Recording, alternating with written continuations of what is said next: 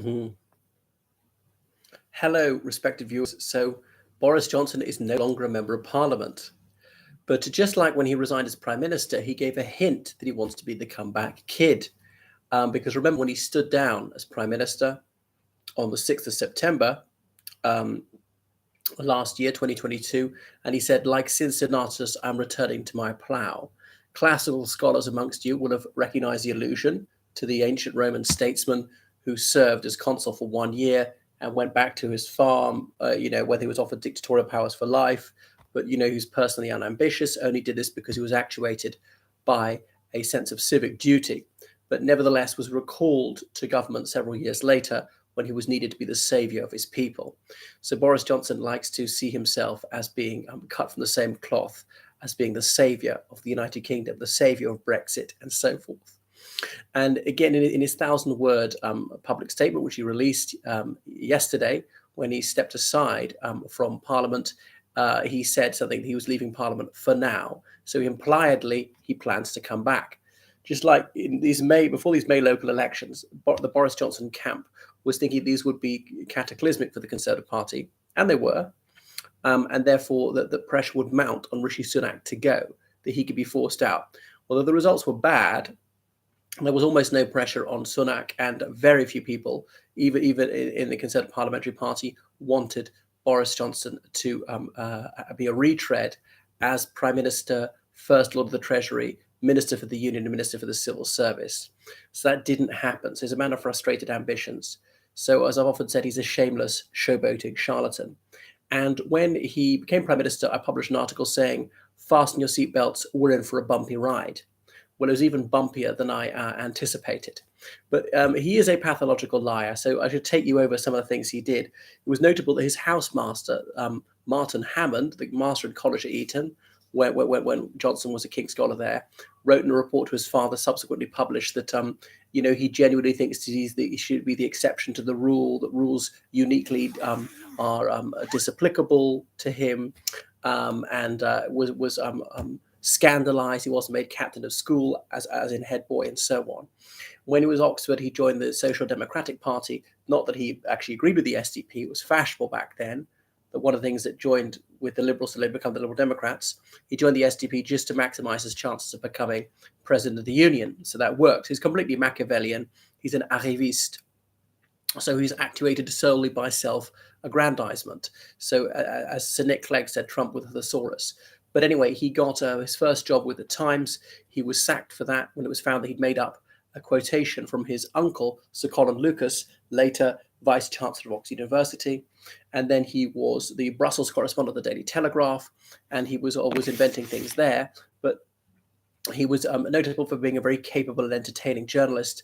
He's certainly a word weaver, so an exceptional gift for oracy as well as for penning engaging articles for mockery. But he's a man who's noted for chicanery. He's perfidious Boris, and he's very much a backstabber. So you wouldn't you wouldn't trust him as far as you could thrust him, which is not very far considering he's so tubby.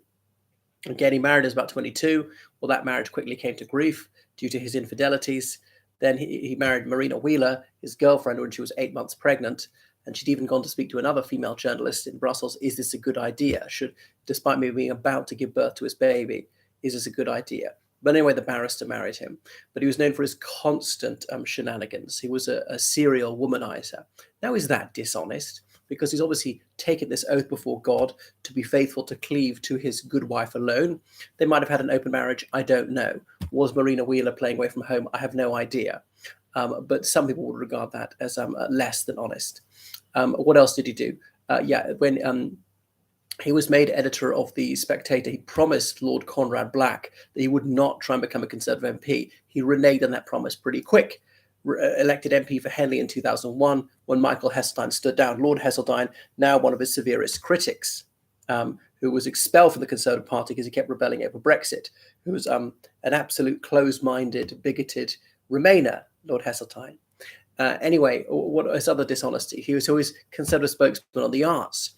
And then he was dismissed from that position for lying to his leader, Michael Howard, when the story came out that he was having an extramarital affair with the journalist Petronella Wyatt, and he had impregnated her. She'd aborted his baby. And so he lied to his party leader about that, and he lost his job. When he was a spectator, he was having an affair with another very prominent woman who was a journalist in London. I shan't say her name. And she interviewed him actually when he was standing for the mayoralty of London in 2008. I felt like going along to the publican meeting and actually asking, should you declare an interest here, considering that whilst you're both married, you had an affair with each other? But I didn't quite pluck up the courage to do so. So I shan't name names, but I've narrowed it down quite a lot. You can do your homework and find out who I'm talking about. And then what else did he do? So obviously he was mayor of London, but lots of unfulfilled promises. So you can follow his record over the trail of broken promises. Or cast my mind back to 1990, Notorious episode. He was a school friend and university friend of Darius Guppy, that chap who was sent down for fraud, given about a 6-year prison sentence for a multi-million-pound diamond insurance fraud scheme, taking diamonds in the United States, faking an armed robbery in the New York hotel room, claiming the insurance payout, and indeed getting the hotel bill money back. That was refunded. But it all came out in the wash that it was lying. But anyway, Darius Guppy found a certain journalist disobliging because he's publishing articles which were deeply uncongenial to him.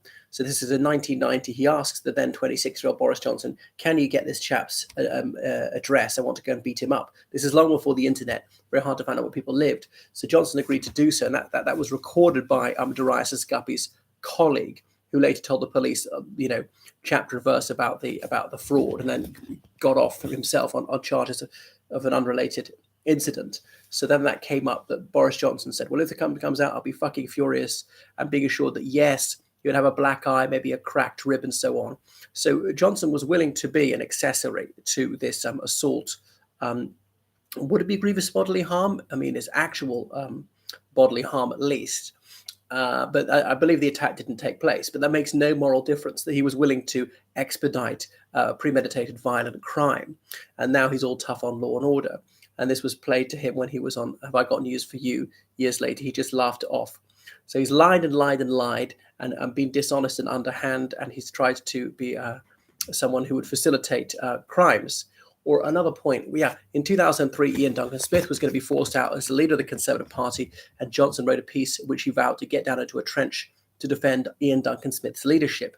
The very next day, Johnson voted to oust Ian Duncan Smith. IDS, in deep shit, people used to call him, as in the Conservative Party was really in deep shit if it kept IDS as leader. And he's still actually in Parliament, bumped into him the other day in Westminster.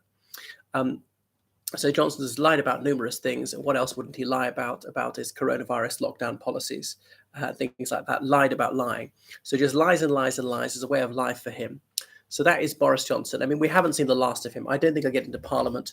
There is talk that his chum, Nadine Dorries, she's stepping down from her Bedfordshire constituency with the Conservative Association there. They'll select him as their candidate. That's meant to be ultra safe. I think they won't actually. I mean, Conservative Party headquarters could actually take him off the candidates list and make it impossible to select him. We shall see. He could try standing as an independent, but I don't think he'd win anywhere. But he'll still be a big noise on television. Right. Thank you very much, everyone.